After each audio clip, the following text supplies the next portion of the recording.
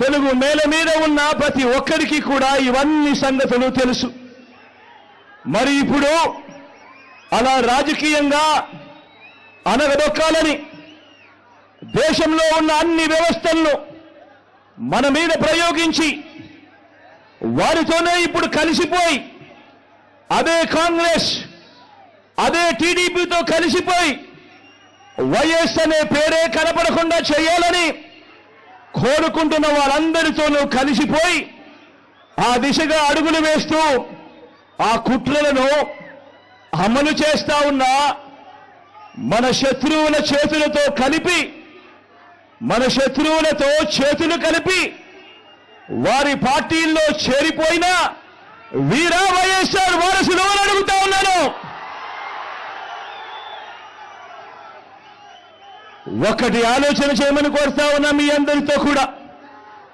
వైఎస్ఆర్ గారు బతుకున్నంత కాలం ఎవరితో పోరాటం చేశారు అని చెప్పి ప్రతి ఒక్కరూ కూడా ఆలోచన చేయమని కోరుతా ఉన్నా. వైఎస్ఆర్ను ప్రతి గ్రామంలో అభిమానించే ప్రతి అభిమాని, వైఎస్ఆర్ను ప్రతి గ్రామంలోనూ అభిమానించే ప్రతి కార్యకర్త ఎవరితో యుద్ధం చేశారు అని చెప్పి ఆలోచన చేయమని కోరుతా ఉన్నా. మరి ఆ వైఎస్ఆర్ మీద కుట్రలు కుతంత్రాలు చేసిన ఆయన శత్రువులతో పసుపు చీర కట్టుకొని వారి ఇళ్లకు వెళ్ళి వారికి మోకరిల్లి వారి కుట్రలో భాగమవుతూ వారి స్క్రిప్టుల్లో వారు చెప్పినది మక్కి టు మక్కి చదివి వినిపిస్తూ కుట్రల్లో భాగమవుతా ఉన్న వీళ్ళ వైఎస్ఆర్ వారసులు అని అడుగుతా ఉన్నాను మీ అందరి సమక్షంలో. వైఎస్ఆర్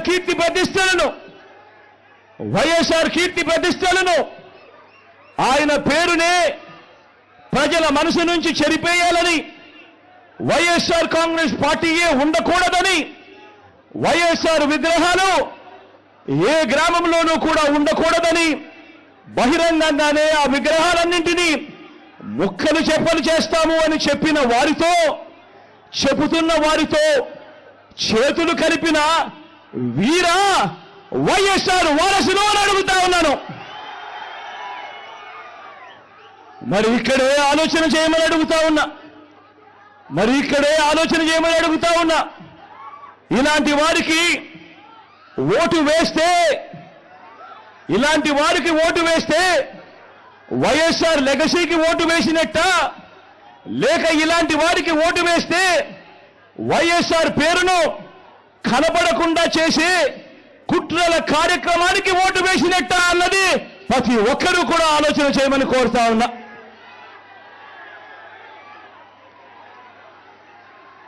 ప్రతి ఒక్కరూ కూడా ఈ చెడిపోయిన రాజకీయ వ్యవస్థను చూడమని అడుగుతా ఉన్నా. రాజకీయాలు ఏ స్థాయికి దిగజారిపోయాయో గమనించమని కోరుతా ఉన్నా.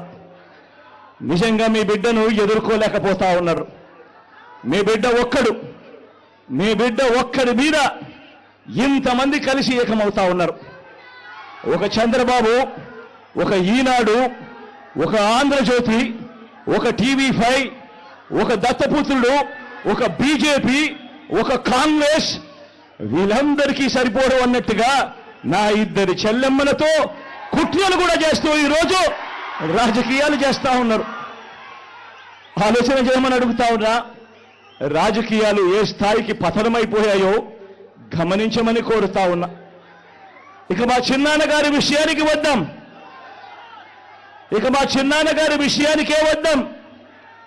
మా వివేకం చిన్నాన్నను ఎవరు చంపారో, ఎవరు చంపించారో ఆయనకు, ఆ దేవుడికి, ఈ జిల్లా ప్రజలందరికీ కూడా తెలుసు ఏం జరిగింది అన్నది.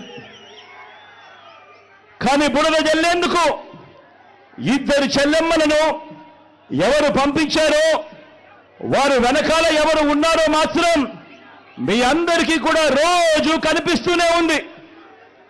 ఇంకా ఆశ్చర్యం ఏమిటో తెలుసా? వివేకం చిన్నారను అతి దారుణంగా చంపి, అవును నేనే చంపాను అని అతి హేయంగా బహిరంగంగా చెప్పుకుంటూ తిరుగుతున్న ఆ హంతకుడికి మద్దతు ఇస్తున్నది ఎవరు? మీరే రోజు చూస్తున్నారు కదా అని అడుగుతా ఉన్నాను.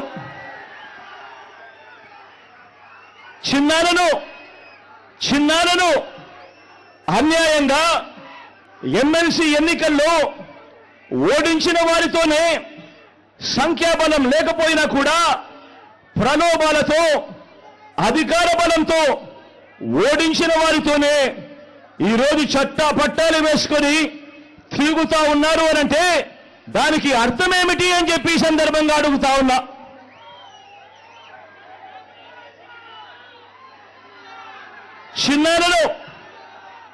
చిన్నాలకు రెండో భార్య ఉన్న మాట వాస్తవం అవునా కాదా? ఆ రెండో భార్యతో తనకు సంతానం ఉన్న మాట వాస్తవం అవునా కాదా? అవినాష్ అక్కడికి ఎవరు ఫోన్ చేస్తే వెళ్ళాడు వంటి అనేక ప్రశ్నలు అవినాష్ తన అనేక ఇంటర్వ్యూస్లో, తన ప్రెస్ కాన్ఫరెన్స్లో తాను లేవనెత్తిన ప్రశ్నలు సహేతుకమే కదా అని చెప్పి ఎవరైనా అవినాష్ వైపు ఎవరైనా మాట్లాడితే చాలు వెంటనే వారి మీద కూడా అడ్డగోలు ఆరోపణలు చేస్తూ కుట్ర రాజకీయాలు చేస్తా ఉండడం ధర్మమేనా అని చెప్పి ఈ సందర్భంగా ప్రతి ఒక్కరిని కూడా అడుగుతా ఉన్నా. ఆలోచన చేయమని చెప్పి ప్రతి ఒక్కరిని కూడా అడుగుతా ఉన్నా. ఇలా చిన్నాలను ఓడించిన వారిని గెలిపించాలని తిరగడం కంటే దిగజారుడు రాజకీయాలు ఎక్కడైనా ఉంటాయా అని చెప్పి ఈ సందర్భంగా అడుగుతా ఉన్నా. మరో వంక కాంగ్రెస్ పార్టీకి ఓట్లు ఎన్నొచ్చాయి. మరో వంక నోటాకు వచ్చినన్ని ఓట్లు కూడా రాని కాంగ్రెస్ పార్టీతో, కాంగ్రెస్ పార్టీతో రాష్ట్రాన్ని విడగొట్టిన కాంగ్రెస్ పార్టీతో ప్రత్యేక హోదాను విభజన చట్టంలో చేర్చకుండా రాష్ట్రాన్ని దుర్మార్గంగా విడగొట్టి రాష్ట్రానికి అన్యాయం చేసిన ఆ కాంగ్రెస్